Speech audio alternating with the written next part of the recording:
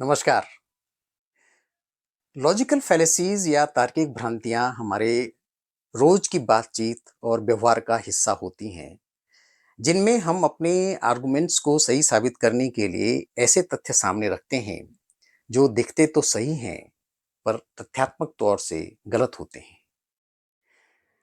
ये हम अनजाने में भी करते हैं, पर बहुत बार जानबूझकर लॉजिकल फैलेसीज या तार्किक भ्रांतियों की मदद से किसी डिस्कशन को डिरेल करने के लिए बहुत बार इसका प्रयोग किया जाता है, जो टेलीविज़न की बहसों में हम अक्सर आजकल हम देखते रहते हैं और ये होता रहता है। 2 अक्टूबर गांधी जयंती के मौके पर आप सभी लोगों को हैप्पी गांधी जयंती। तो इस मौके पर अहिंसा के माध्यम से लॉजिकल फैलेसीज़ को समझने की कोशिश हम आज की चर्चा में करेंगे। जैसे ये कहा जाता है कि अहिंसा हमें ये सिखाती है कि यदि तुम्हारे एक गाल पर कोई थप्पड़ मारे तो तुम अपना दूसरा गाल भी आगे कर दो।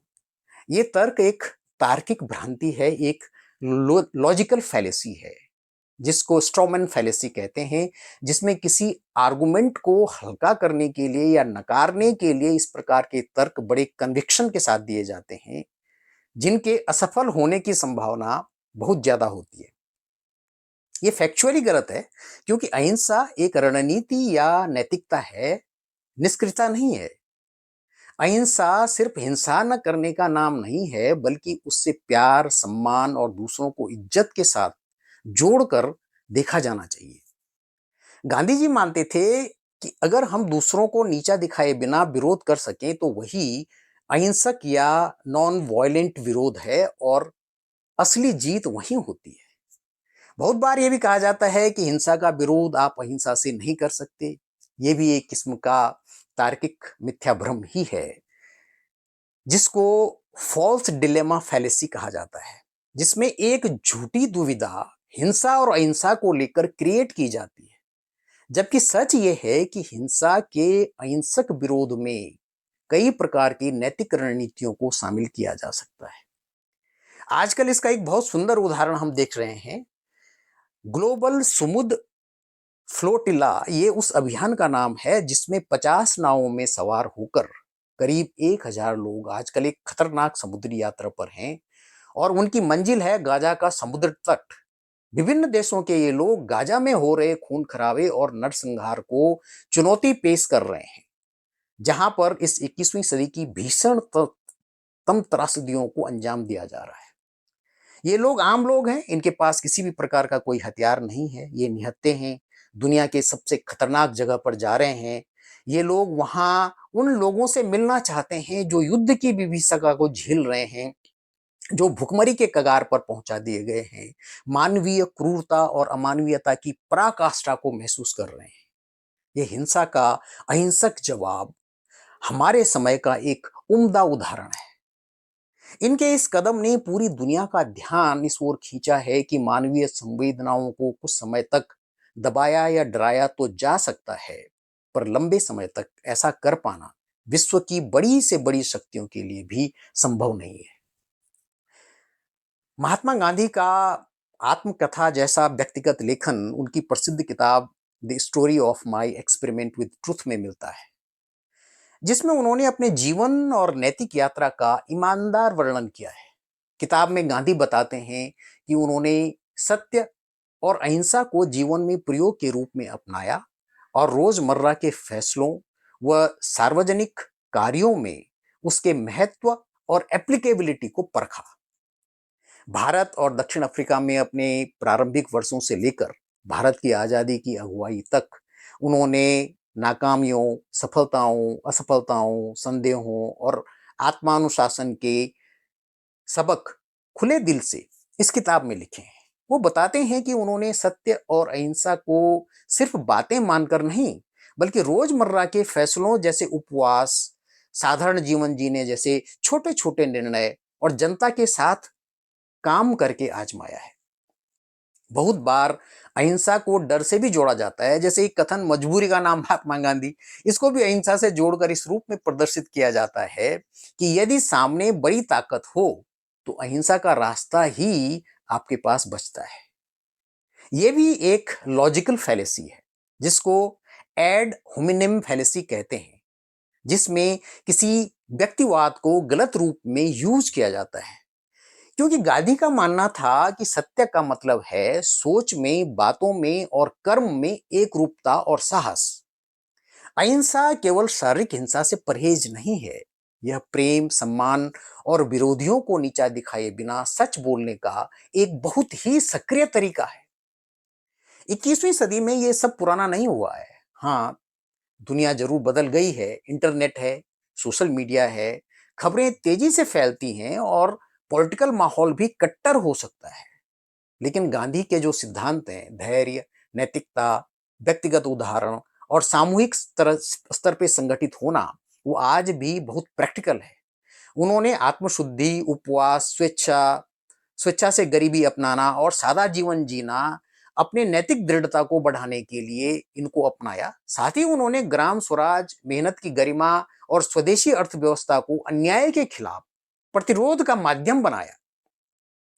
समाज में कोई भी विचार समाज को पक्ष और विपक्ष में बांटता है और ये एक स्वाभाविक सामाजिक वैचारिक प्रवाह का हिस्सा है। और ये प्रक्रिया कलेक्टिव ह्यूमन थॉट प्रोसेस के इकोसिस्टम में एक छलनी की तरह काम करती है, जिसमें हमेशा ऐसे विचारों को समर्थन मिलता है जो मानवता और मानवीय मूल्यों को सुदृढ़ करने वाले और आगे बढ़ाने वाले होते हैं।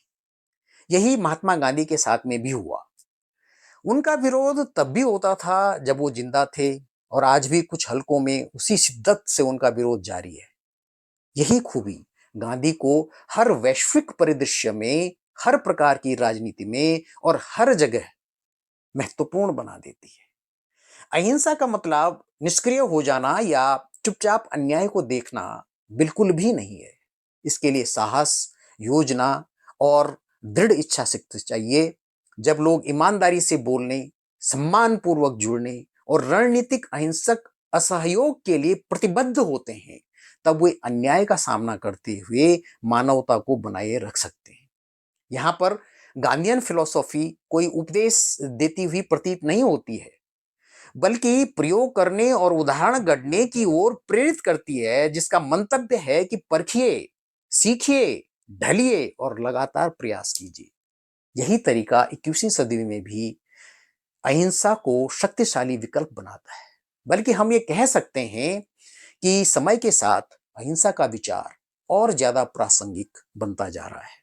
दमन, ध्रुवीकरण, आर्थिक असमानता और तेज मीडिया के इस दौर में, जहां क्लाइमेट चेंज, ग्लोबल वार्मिंग और आर्टिफिशियल इंटेलिजेंस जैसी मानव निर्मित समस्याएं वैश्विक कलेक्टिव वैचारिक तंत्रों में बेहद पेचीदगी से मानवता के अस्तित्व के संकटों को बढ़ाती जा रही हैं, वहां पर अहिंसा और अहिंसात्मक साहस आम आदमी को एक औजार मुहैया करवाता है।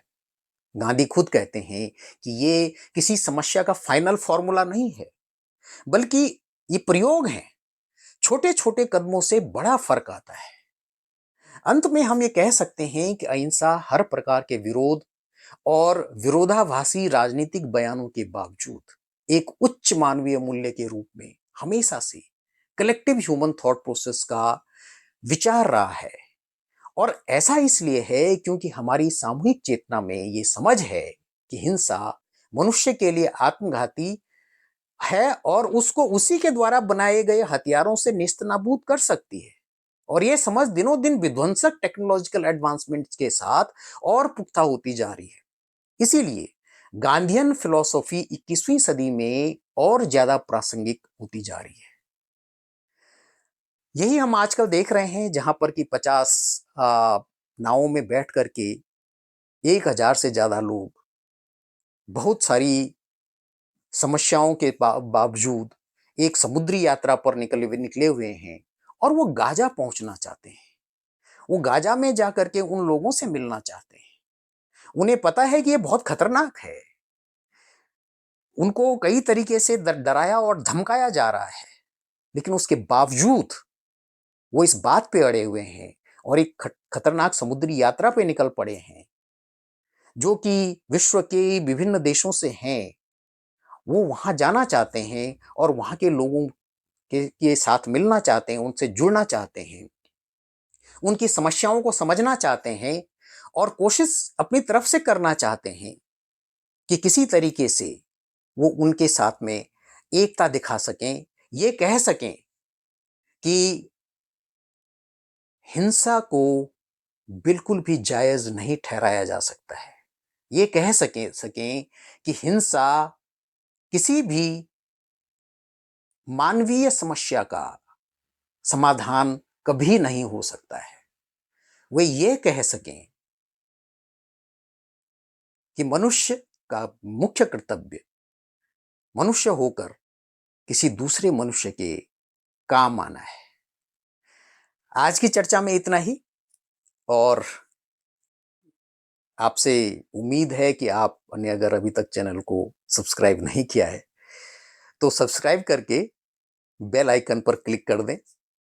इस वीडियो को शेयर करें, लाइक करें और ज़्यादा से ज़्यादा लोगों तक इसको पहुंचाएं।